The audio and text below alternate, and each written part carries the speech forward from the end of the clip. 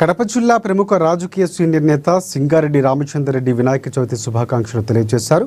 ANN news Telugu channel చూసేటటువంటి యావత్తు ప్రపంచంలో ఉన్న తెలుగు వాళ్ళందరికీ కూడా ఏఎన్ఎన్ న్యూస్ ద్వారా అందరికీ వినాయక చవితి శుభాకాంక్షలు తెలియజేస్తున్నారన్నారు. ఇక ఈ పండుగ ముస్లిమ్స్, క్రిస్టియన్స్, హిందూస్ అందరూ కలిసిమెలిసి ఎంతో సంతోషంతో జరుపుకునే పండుగ. దేశంలో ఉన్న ప్రజలందరికీ వినాయక చవితి పండుగ శుభాకాంక్షలు, సంతోషంగా జరుపుకోవాలని తెలియజేశారు. వ్యాప్తంగా గణేష్ ఉత్సవాలు స్టార్ట్ అయ్యాయి.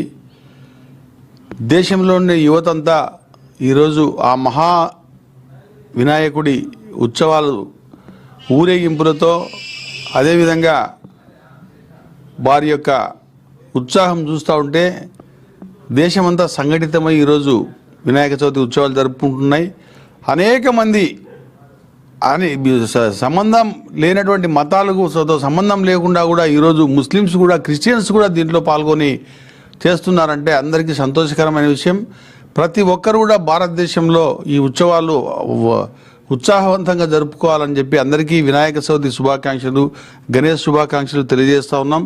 రైతాంగం కూడా దీంట్లో పాల్గొని ఆ గణేషుని యొక్క మహిమతో ఈ సంవత్సరం పంటలు బాగా పండే విధంగా అందరూ సంఘటితమై మన కార్యక్రమాలు నెరవేర్చుకునే విధంగా ఆ విఘ్నేశ్వరుడు ముందుకు వస్తాడని, రైతుల పాలిట నిలబడతాడని చెప్పి కోరుకుంటూ వినాయక చవితి శుభాకాంక్షలు దేశం అందరికీ కూడా వినాయక చవితి శుభాకాంక్షలు తెలియజేస్తున్నాం. ఏఎన్ఎన్ న్యూస్ వాళ్ళు ఈరోజు వినాయక చవితికి సంబంధించి అనేక కార్యక్రమాలు వీళ్ళు రిలీజ్ చేస్తూ ఉన్నారు.